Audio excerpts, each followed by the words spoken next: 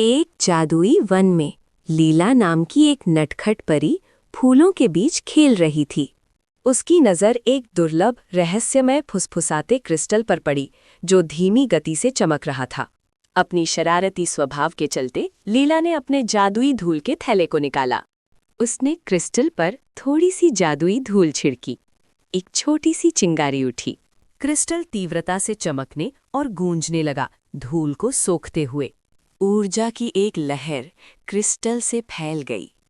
लीला आश्चर्यचकित दिख रही थी। दूर के बादल ओमिनसली घूमने लगे, आसमान काला पड़ने लगा। आर्लो एक जादुई पौधे की देखभाल करते हुए गड़बड़ी महसूस की। उसने चिंता से ऊपर देखा। लीला ने प्रतिक्रिया रोकने की कोशिश की, लेकिन बहुत देर हो चुकी थी। क्रिस्टल भड़क उठा। क्रिस्टल से एक विशाल जादुई लहर निकली, जिसे एक भंवर बन गया। भंवर ने प्रकाश और ऊर्जा को अपनी ओर खींचा, तेजी से तूफानी जन्नत में बदल गया। लीला बल के कारण पीछे हट गई। उसकी आंखें डर और पछतावे से चौड़ी हो गई। आर्लो अपनी छड़ी पकड़े हुए पहुंचा, बढ़ती हुई आंधी को गहरी चिंता से देख रहा था। उसने लीला को देखा, जो कांप रही थी, और धीरे से उसके पास गया। लीला ने रोते हुए बताया कि उसने क्या किया था।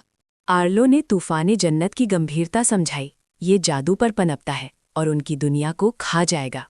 उसने खुलासा किया कि उन्हें अतिरिक्त जादू को सोखने के लिए तूफानी फूल की आवश्यकता है। उसने अपना आकाशीय कंपास निकाला। वो तेजी से घूमते हुए एक खतरनाक दूरस्थ शिखर की ओर इशारा कर रहा था। लीला अपनी गलती सुधारने के लिए दृढ़ संकल्पित मदद करने की पेशकश की। आर्लो ने उसका संकल्प देखकर सहमति व्यक्त की, लेकिन सावधानी पर जोर दिया। वे आंधी की ओर उड़े। आसमान और भी काला और तूफानी होता जा रहा था। वे मजबूत जादुई हवाओं से गुजरे। आर्लो अपनी छड़ी का उपयोग करके खुद को स्थिर कर रहा था।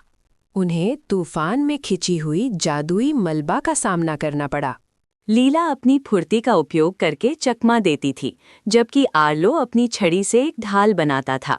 वे एक उजाड़, चमकते हुए परिदृश्य के किनारे पहुंचे, जहां तूफानी फूल उगने की बात थी। जमीन अस्थिर जादू से धड़क रही थी। आर्लो ने लीला को सावधानी से रास्ता दिखाया। उन्होंने शानदार तूफानी फूल को देखा, जो अराजकता के बीच तीव्रता से चमक रहा था। तूफान अब बहुत करीब था, उन्हें निगलने की धमकी दे रहा था। समय निकल रहा था। आर्लो ने समझाया कि उन्हें तूफान के मूल को सोखने के लिए तूफानी फूल को सक्रिय करना होगा। लीला को अपने जादुई धूल के थैले की याद आई। उसे एहसास हुआ कि ये जादू को पुनर्निर्देशित करने की कुंजी हो सकता है। आर्लो ने अपनी ऊर्जा लालटेन निकाली, जो जादू की छोटी धाराओं को समाहित और निर्देशित कर सकती थी। उन्होंने एक योजना बनाई। लीला थोड़ी नियंत्रित मात्रा में धूल छिड़केगी, जबकि आर्लो अपनी छड़ी और लालटेन से ऊर्जा को तूफानी फूल में प्रवाहित करेगा। लीला ने सावधानी से तूफानी फूल के पास धूल छिड़की। आर्लो गहन एकाग्रता के साथ अपनी छड़ी का उपयोग करके धूल की एम्प्लीफाइड ऊर्जा को तूफानी फूल में प्रवाहित किया। ऊर्जा लालटेन चमक उठी। तूफानी फूल धड़कने लगा, तूफान की ऊर्जा को अपनी ओर खींच रहा था। चमकती लताएं निकली और उसे घेर लिया, अवशोषण को स्थिर कर रही थी। तूफानी जन्नत सिकुड़ गया और बिखर गया। तूफानी फूल में वापस खींच लिया गया। आसमान साफ हो गया, सूरज की रोशनी लौट आई। लीला और आर्लो थके हुए लेकिन राहत महसूस कर रहे थे। आर्लो ने लीला को एक कोमल, गर्व भरी मुस्कान दी। लीला ने वापस मुस्कुराया।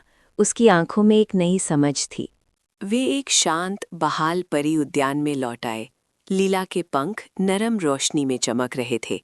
वो अब और अधिक सतर्क थी, लेकिन फिर भी आश्चर्य से भरी हुई थी।